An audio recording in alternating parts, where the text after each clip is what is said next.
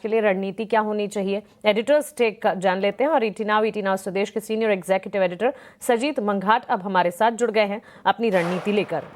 Sajit, good morning. सबसे पहले तो एफआईआईज की ही बिकवाली के आंकड़े, ऑफ कोर्स इसे हमें देखना भी होगा क्योंकि 4 दिन की खरीदारी के ट्रेंड के बाद एक उम्मीद थी कि एफआईआईज की वापसी होने की तैयारी, या कह सकते हो वापसी होने की शुरुआत हो चुकी है। वापस से बिकवाली के आंकड़े कैसे देख रहे हैं इसे? बाजार का ओवरऑल सेटअप कैसा है और किन शेयरों में मजबूत डिलीवरी देखने को मिली है? देखिए, अगर आप देखेंगे कल का बाज़ार काफ़ी रेंज बाउंड रहा।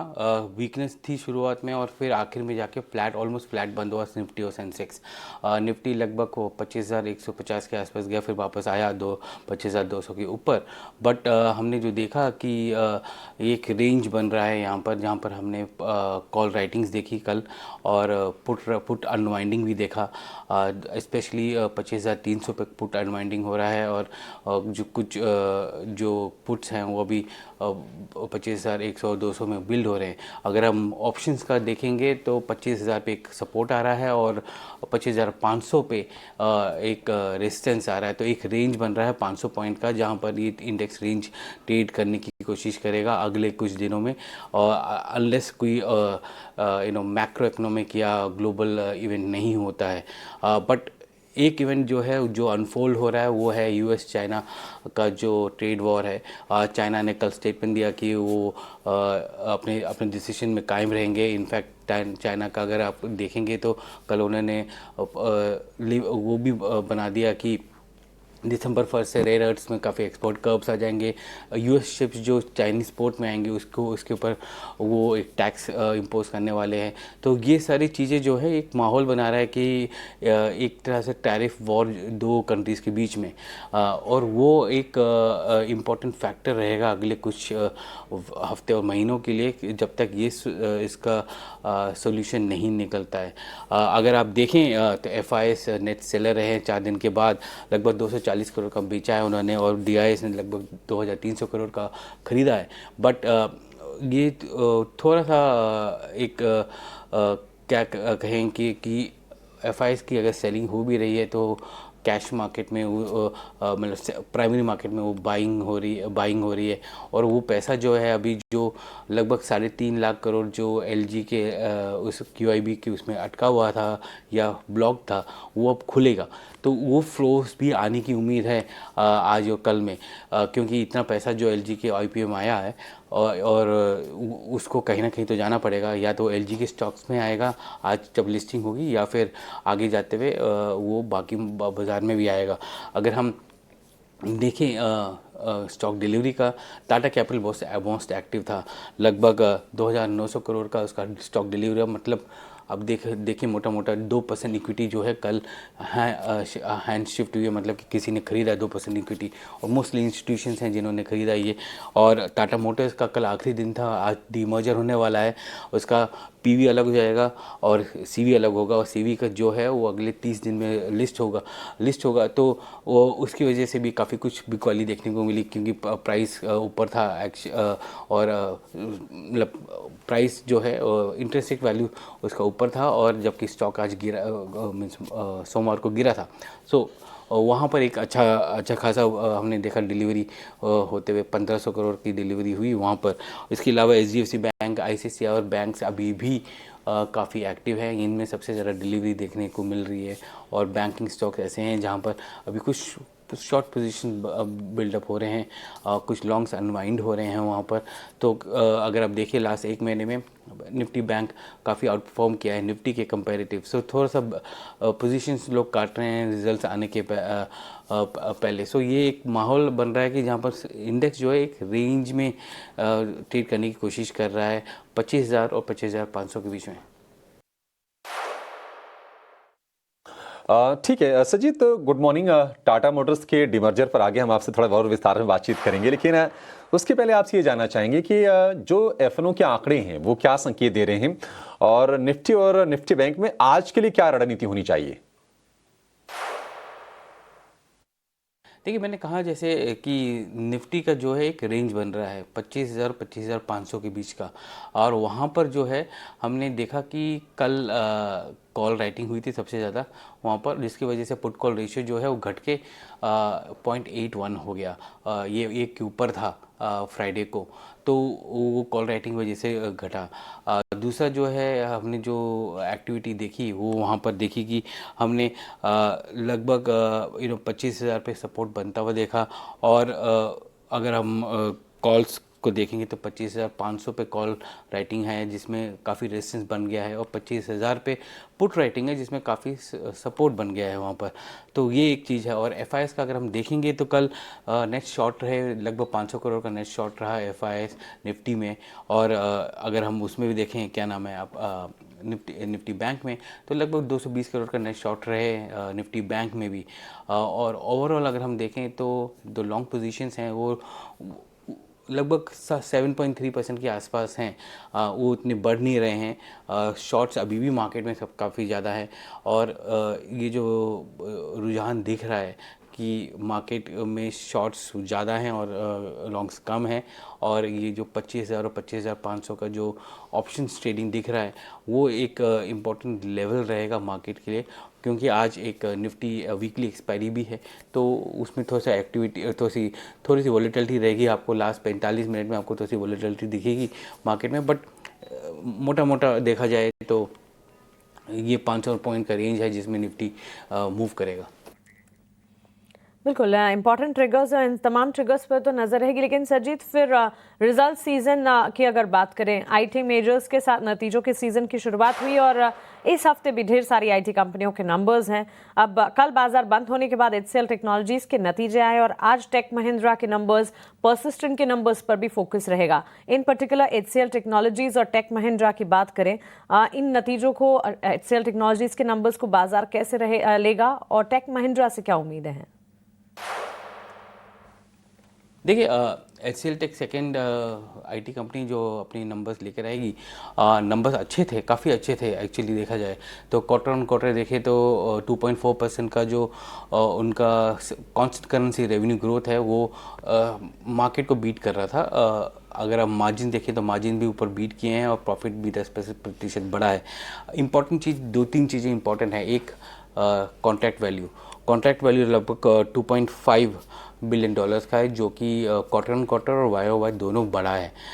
दूसरी बात जो है आपकी एबिट मार्जिन्स जो पॉजिटिव रही हैं। तीसरी जो है उनका जो सर्विसेज रेवेन्यू गाइडेंस है जो 3 से 5% था, उसको उन्होंने नीचे से उठा के 4 से 5% कर दिया, जो कि पॉजिटिव है। जबकि उन्होंने अपना पूरा ओवरऑल गाइडेंस जो है 3 to 5% के बीच में मेंटेन किया हुआ है। और एम्प्लॉय एडिशन भी पॉजिटिव है, और पहली बार है कि एचसीएल टेक ने ये भी बोला है कि स्टैंड अलोन एआई रेवेन्यूज़ जो है उनके वो $100 मिलियन के हैं। तो वो एक कमेंट्री भी जो आई है, एडिशनल कमेंट्री आई है, तो ये स्टॉक थोड़ा सा पॉजिटिव रहेगा आज, क्योंकि इसने स्ट्रीट के एस्टिमेट को बीट किया है, और उसका जो आउटलुक है वो थोड़ा सा बढ़िया है और या बेहतर है। दूसरी बात ये है कि 2 कंपनीज अब तक आ चुकी हैं, और दोनों ने कहा है कि मैक्रो इकोनॉमिक और ग्लोबल एनवायरनमेंट अभी भी अनसर्टन है, बट इसके बावजूद इन कंपनियों के रेवेन्यूज़ बढ़े हैं, और इन कंपनियों का जो टीसीबी है, ग्रोथ है, ऑर्डर बुकिंग है, वो जो है वो बढ़ रहा है। ये देखना रहेगा कि अगला क्वार्टर Q3 जो नॉर्मली एक वीक क्वार्टर होता है क्योंकि फर्लोस होते हैं उसमें ये कैसे परफॉर्म करता है। बट गाइडेंस जिस तरह से दिया है एचसीएल टेक ने, वो एक पॉजिटिव इंडिकेटर है कि स्लो ही सही, बट आईटी कंपनीज आगे बढ़ रही।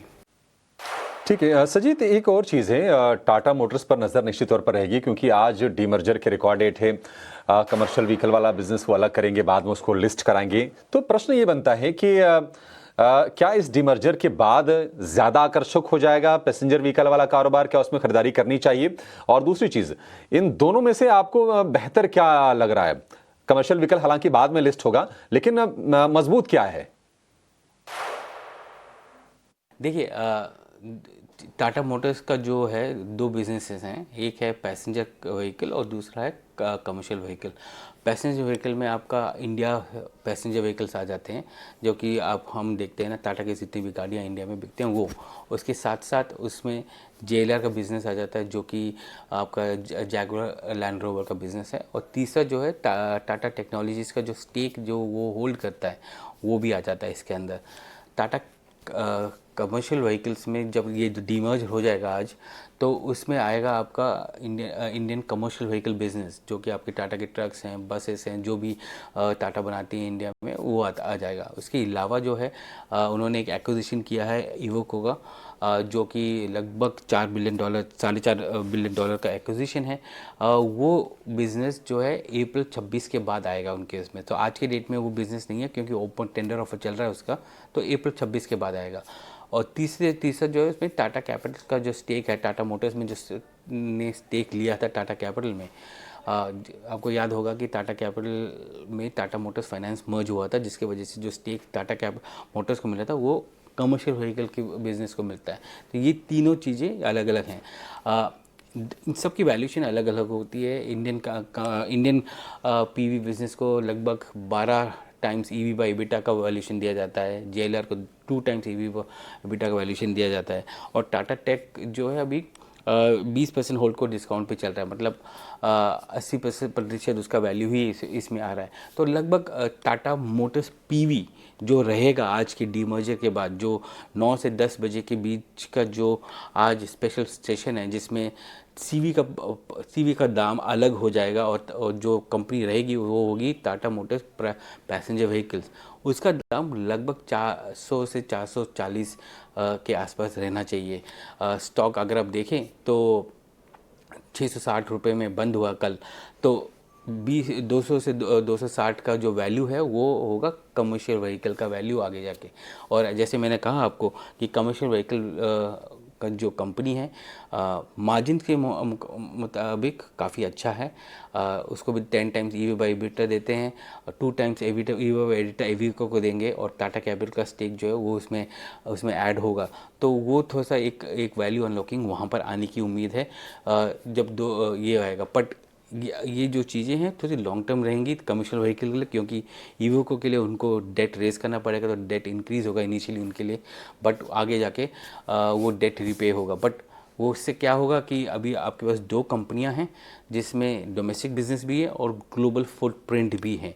टाटा मोटर्स पैसेंजर व्हीकल्स पर JLR के थ्रू ग्लोबल फुटप्रिंट होगा, और टाटा मोटर्स CV के पास इवोक के थ्रू ग्लोबल फुटप्रिंट होगा। तो दोनों एक ग्लोबल कंपनीज बनेंगी, जिसमें आगे जाके सबसे ज़्यादा रेवेन्यू जो आएगा वो ग्लोबल फुटप्रिंट से आएगा। क्योंकि इवोको का अगर आप देखें तो पिछले साल का जो रेवेन्यू था लगभग 14 बिलियन यूरोस का था। तो वो काफ़ी बड़ा बिजनेस रहेगा, बट मार्जिन्स जो होंगी वो इंडिया बिजनेस से आएंगी। इवोको का मार्जिन लगभग 6% के आसपास है, और डोमेस्टिक बिजनेस का मार्जिन लगभग 10% के ऊपर है। तो वो एक रहेगा कि ब्लेंडेड मार्जिन थोड़ी कम रहेंगी, बट मार्जिन से इंडियन बिजनेस से आएंगे। तो वो एक है 400 से 440 का आपका टाटा मोटर्स PV, और 200 से 260 के आसपास का आपका कमर्शियल व्हीकल। ये जो है उनका डीमर्जर का प्राइस रेंज होना चाहिए। एब्सोल्युटली। तो टाटा मोटर्स आज फोकस में रहेगा ज़रूर, लेकिन सजीत, IPO मार्केट में एक बेहद ही इंटरेस्टिंग लिस्टिंग आज होने जा रही है। LG इलेक्ट्रॉनिक्स की लिस्टिंग होनी आज, और ग्रे मार्केट में काफ़ी मजबूत लिस्टिंग के संकेत मिल रहे हैं। अब अगर किसी को लिस्टिंग में IPO नहीं मिला है, तो क्या लिस्टिंग के बाद खरीदारी करनी चाहिए, और अगर हाँ तो फिर LG इलेक्ट्रॉनिक्स को किस दाम पर खरीदना बेहतर रहेगा आपके हिसाब से? देखिए, LG जो है one of the largest consumer electronics company है, बट उनका ग्रोथ थोड़ा सा स्लो है। लार्ज कंपनी है तो ग्रोथ भी थोड़ी सी परसेंटेज ग्रोथ स्लो रहेगा। अगर हम देखें FY 26 के नंबर्स के हिसाब से, तो LG का जो वैल्यूशन आता है लगभग 32 टाइम आता है FY 26 का नंबर, और अगर FY 27 करेंगे तो लगभग 26-28 टाइम्स आता है। अगर कंपैरिजन लेंगे हम बाकी कंपनियों के साथ, इलेक्ट्रॉनिक्स कंपनी के साथ, तो LG की वैल्यूशन कम लगती है बाकी कंपनियों से। मार्जिन इनके ठीक ठाक हैं, 12 से 13% का मार्जिन है उनके पास। बट आज जो लिस्टिंग होगी वो एक बैकग्राउंड में होगी कि लगभग 54 टाइम्स का उनका ऑल ओवरऑल आईपीओ हुआ था, सब्सक्राइब हुआ था, जिसमें QIB का पोर्शन जो है वो 166 टाइम्स हुआ था। मतलब आप ये सोचिए कि टोटल आईपीओ का जो सब्सक्रिप्शन था लगभग 3.5 लाख करोड़ का फंडिंग हुआ था उसमें, और उसमें से 3.85 लाख और करोड़ जो है वो सिर्फ QIB ने ही किया था। तो इसका डिमांड जो है इंस्टीट्यूशन की तरफ से काफ़ी होने वाला है, और आईपीओ में इतना लिक्विडिटी नहीं होगा। रिटेल को जिन रिटेल को मिला है वो शायद रखेंगे अपने पास कुछ दिनों के लिए, पर क्योंकि इसमें जो एक लिक्विडिटी स्क्यूज आएगी वो थोड़ा सा वो देखने लायक होगी, क्योंकि आपके पास एंकर बुक भी है इसके अंदर। और अगर आप देखेंगे एलजी का टोटल मार्केट कैप लगभग 77,000 करोड़ के आसपास का मार्केट कैप के उसमें वैल्यूएशन में आया है। बट मेरी जो मैंने सुन रहा हूँ कि ग्रे मार्केट में जो प्राइजेस चल रहे हैं उसके हिसाब से मार्केट कैप 1 लाख के ऊपर हो जाएगा आज लिस्टिंग में। 1140 का इसका आईपीओ था, और देखा जाए तो 350 से 450 के बीच का इसका ग्रे मार्केट प्रीमियम सुनने में आ रहा है। तो अगर आप देखें तो 1500 के आसपास का अगर इसका लिस्टिंग होता है तो ये इसका मार्केट कैप तो 1 लाख करोड़ के ऊपर चले जाता है। तो ये एक अच्छा लिस्टिंग होने की उम्मीद है। आज का बाज़ार भी थोड़ा सा उतना शांत है, तो उसमें इतना ग्लोबल क्यूज़ और वॉलीटिलिटी शायद नहीं होगी, एक्सेप्ट लास्ट 45 मिनट में जहाँ पर निफ्टी का एक्सपायरी होगा। बट मार्केट के पॉइंट ऑफ व्यू से ये लिस्टिंग अच्छी होने वाली है आज। स्टॉक जो है चीपर है compare to other electronic companies, but growth इसमें जो है इज़ लोअर देन बाकी इलेक्ट्रॉनिक कंपनी, जैसे अपने हमारे हैवल हो गए या बाकी कंपनीज हो गई, उसके मुकाबले अगर आप ग्रोथ का परसेंटेज देखें तो कम है। तो वो एक चैलेंज रहेगा एलजी को कि वो कैसे अब अपनी ग्रोथ को यहाँ से आगे ले जाएगा। क्यों? बट एलजी अपना नया प्लांट भी बना रहा है, जिसकी वजह से वो अपना कैपेसिटी ऑलमोस्ट 50% से ज़्यादा बढ़ाएगा उस प्लांट की वजह से, और एक्सपोर्ट भी करेगा। तो वो एक ग्रोथ इम्पेटस है जो एलजी लेके चल रहा है कि आगे का ग्रोथ वहाँ से आने वाला है। तो आप देख लीजिएगा कि किस तरह से लोग अब इस आईपीओ के ऊपर आए, और ये दोनों देखा जाना चाहिए कि टाटा कैपिटल और एलजी और लगभग एक ही टाइम पर आए थे, पर एलजी में सबसे ज़्यादा सब्सक्रिप्शन आई, तो वो एक डिमांड है एलजी के लिए।